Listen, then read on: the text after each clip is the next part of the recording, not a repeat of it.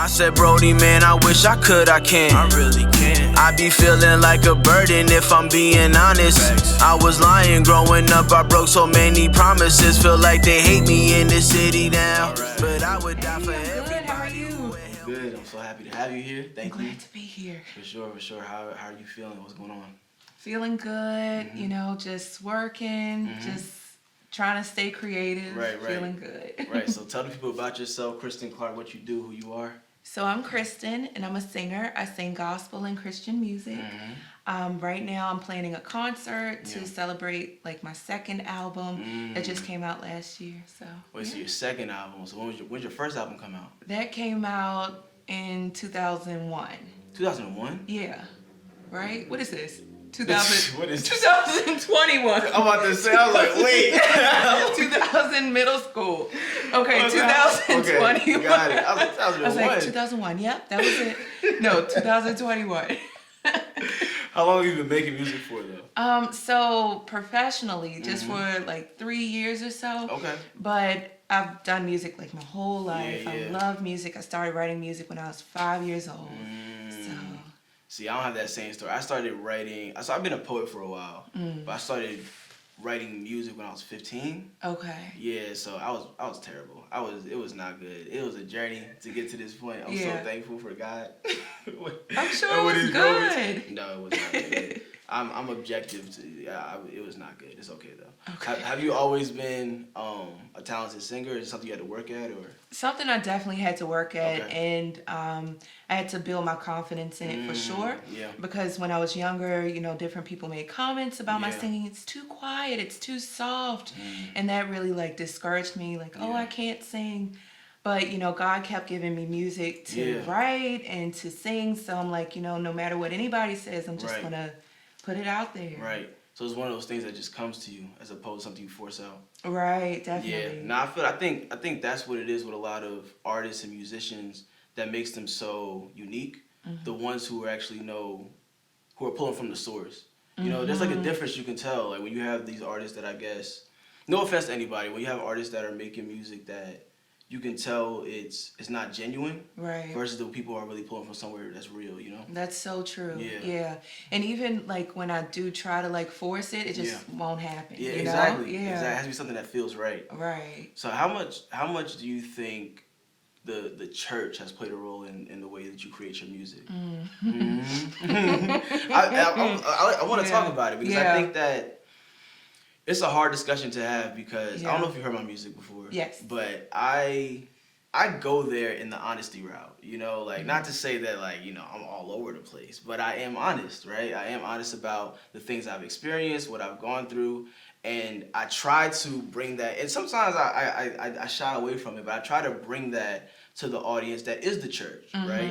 Because I think sometimes we're not as honest as we should be in those type of environments. So I just want to hear from your perspective what you've dealt with and how it's impacted your singing, your music. Yeah. So for me, the experience with the church, I feel like anyone who was raised in the church has experienced church hurt, you know? Sure. Absolutely. Because we expect like the people of the church to be like God, right? That's the expectation, because we're all supposed to be, right? But when they aren't, it like kind of, for me, it impacted how I looked at God, because I'm like, these are your people, like, they're supposed to be like you, like, I don't understand, like, it hurts, you know, really bad. But I had to learn to, like, separate God from church, you know? Like, literally. Church is not God. Right. So, like, when I started to think that way, I started to see people through God's eyes and with his love and with grace, you know? Yeah. And I was able to see God for who he was. And that deeply impacted my music because it was more focused on pleasing him instead of pleasing people. That's good. That's something to really hang your hat on in terms of something that you're really able to learn from and lean on relationship as opposed to religion.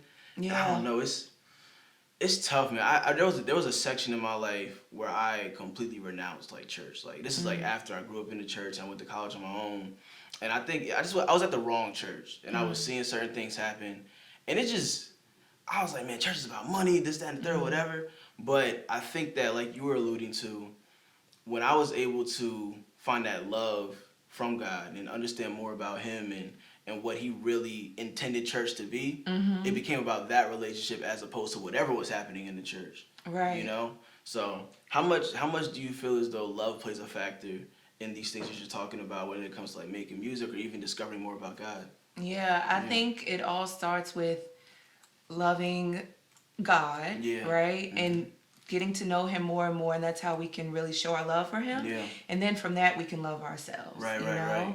And we can really see ourselves the way that He sees us, and then we can love other people because we know we're receiving or we're giving what the love that we have to God. Yeah. We're receiving love from Him, which is making us see ourselves better, which is giving us more grace and abundance for, caring for and loving other people. So I remember when I think I first met you, because you're getting ready to you're putting your concert on, and we were having a conversation. I think we were talking to everybody, and you were talking about the reason for your show and your reason for your concert and the background of it. And you spoke about, I think it was Corinthians, was it 4:13? 1 Corinthians chapters 12 and 13. Yeah, 12. Okay, I'm sorry. No, you're good. But yeah, no, it was. But you were talking about that and just the importance of love. And I want to know, why was it that you wanted that to be the focus when you were approaching your show? So like, for me, this project that we're doing the concert for, it's all about love, but specifically like how in the church sometimes we make it too hard for people who aren't in the church, like to bring in believers, to bring people to Christ. We make things like so overly complicated. You have to do it this way. No, you have to do it that way. You have to make sure you're doing this or that. But it's really all about love.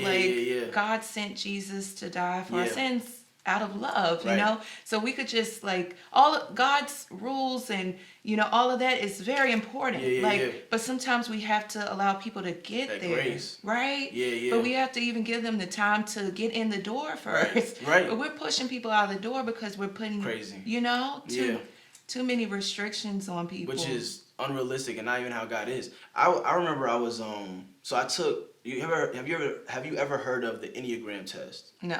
Okay, so the Enneagram test is basically, I think there's like 9 different traits. So it's similar to love languages, where you take a test and it tells you are this type of person because you respond to these questions. So you think this way, you prefer this, X, Y, Z, whatever. So I'm a type 1 on the Enneagram test. Okay. And a type 1 is someone who is essentially a perfectionist. Like, you want things to be a certain way, and a certain thing, it has to be executed exactly to the T, and when it's not, it frazzles you. Now, this is something that I've been able to work on, so it's not as damaging as it was in my past. But what I realized was that the key to unlocking a better version of myself, because of who I am as this like perfectionist type person, is love. The allowance of, okay, if I walk into a space and lead with love, then I will automatically give grace to this person who is not going to be perfect. Like, to even be a perfectionist is putting yourself in an impossible situation. That's true. Like, it'll never be the way you shaped it out. So I love what you're talking about when it comes to the church, because the church, I say we because I believe that the church is a good place, but we do have an issue with holding people to an impossible standard that we ourselves don't even amount to. So I really think that's a great point that you're leaning on. It's really good. And to go full circle with that, if we think back to like how we started the conversation about church hurt, like maybe at that point we were holding people to too high of a standard, and that's why God allowed those things to happen, to humble us and be like, hey, you're not perfect, nobody's perfect, so like have some grace. That's really good. That's a fact. 'Cause I was holding people to the same standard that they were trying to hold me to, and we just didn't. We didn't mesh. That's great. Tell me more about what it takes for you. I know you said it's about a feeling, but when you're writing a song, when you're putting something together, you're putting together your album, how do you know when it's done? What is that feeling for you? That's a good question. I have to think about that. I don't really it's a feeling like of peace. Like, okay, I've done everything I could do. I've given 100% to this. like I just have a peace. I feel settled, and it's like, okay, let's put it out there, get it out. Right. Yeah. Yeah. I agree with it. It is. I guess it's something that just has to feel right. Mm-hmm. You know, I don't know. I think there's such a journey to being an artist, whether it's the branding of it or the music creation or whatever the case is. And I guess it is just like you said, a feeling of peace that you have to just kind of like settle on something at some point. Mm-hmm. Yeah. Yeah. Tell me more about how you want to be viewed as an artist. I just want to be viewed as a creative person because God's creative spirit is moving through me. Mm-hmm. I want to be viewed as someone who's authentic and just has a real, genuine relationship with the Lord. Someone who loves God, loves myself, and loves other people, and just wants them to feel God's love. Have you ever come across, or what type of challenges have you come across in trying to pursue that? You know, when we're talking about the church hurt, we're talking about the journey of being an artist, and in that journey, what roadblocks have you hit? Like what you were talking about with the perfectionism. Yeah. Like trying to make things absolutely perfect, and that's unrealistic. Right. That's been a huge roadblock for me. Like trying to re-record things over and over and over, and it's like, please just stop. Like, it's fine. You've done all that you need to do. So that's been a huge issue for me, and just that's been the major thing. I agree. I remember I was in the studio one time with my engineer Zay hates me, by the way, so I'm working on his album. I know he can't stand me because I'm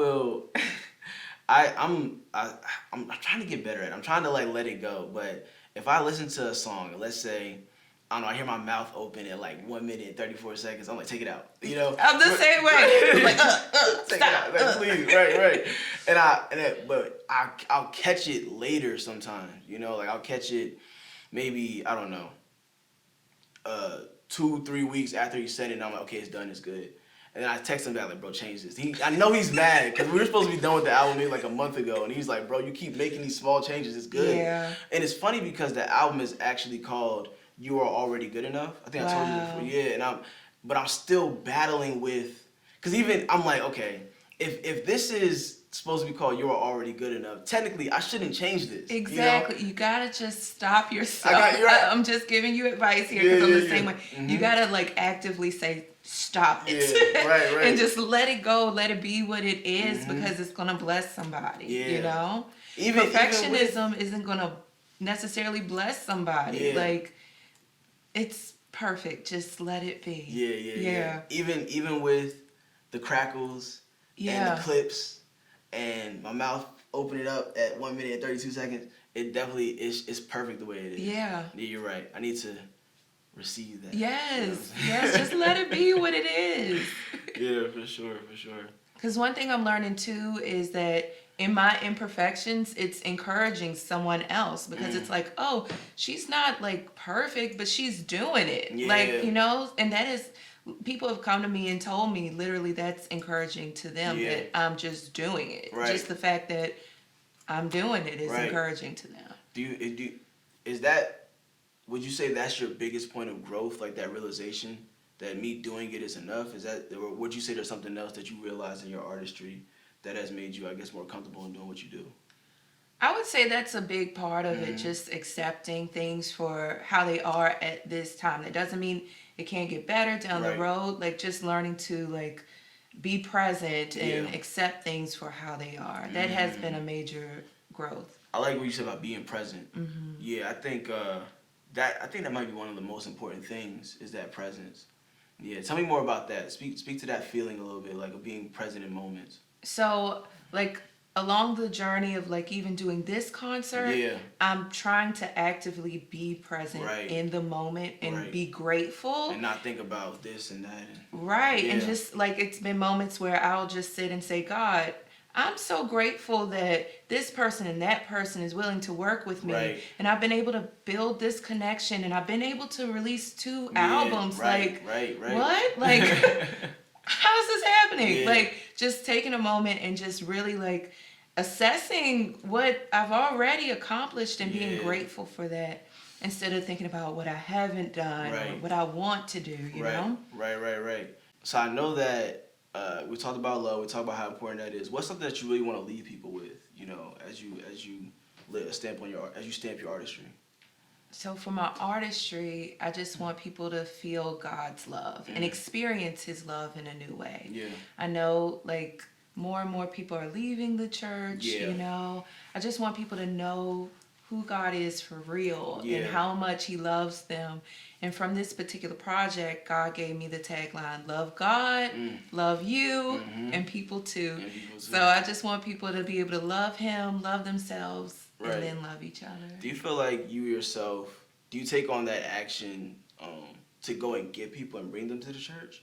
Or do you let your music do it? How do you do that? That's a good question. So I have been neglecting to actively reach out to people. Yeah. Just because it seems like these days people are so confrontational and so opinionated, and when you try to present them with Christ, they are just so aggressively against it. And that's really not an excuse, but I'm just being real. That's been my experience lately. Yeah. So I've been relying more so on my music to do it, like just sharing my music with people like, hey, listen to this. Right. But I know that God is calling me to be more evangelistic. Yeah, okay. So that's something that I'm working on for sure. Yeah, it's hard. It's hard to get people to like even want to come to church. Yeah. Because one, like, to get people to give up a Sunday morning is like you got to convince them. You know, I think that there are different ways though. Like even what you were talking about, like in terms of just using your music at this current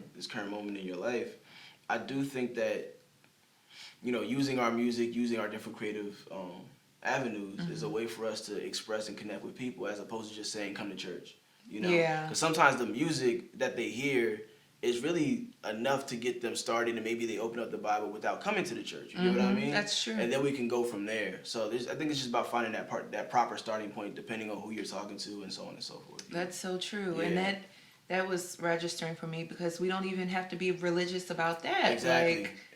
Yeah, we're still ministering and sharing. Right. Yeah. Because ministry is everything. Like Yeah. even in conversation, there's ministry. It doesn't have to be about God this, God that, but because God is in everything, and if we minimalize Him to just church, then we're missing the point. Exactly. You know. Yeah. So I think, you know, you find a common point, you have a conversation with somebody, you go from there, right? Mm-hmm. Kristin, I really appreciate you pulling up today. Thank you, JAiMS. Yeah. Anything else you want to share with the people before we leave? Love God, love you, and people too. Thanks.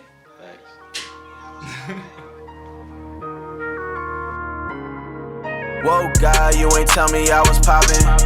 I'm the only, I can never be an option. JB did it now. Playing beats at 12 a.m., yeah, that's my favorite sound. You ain't steppin' like I'm steppin', you just run around. Feel like Stephen, shoot my shot and then I turn. We just gotta make it switch.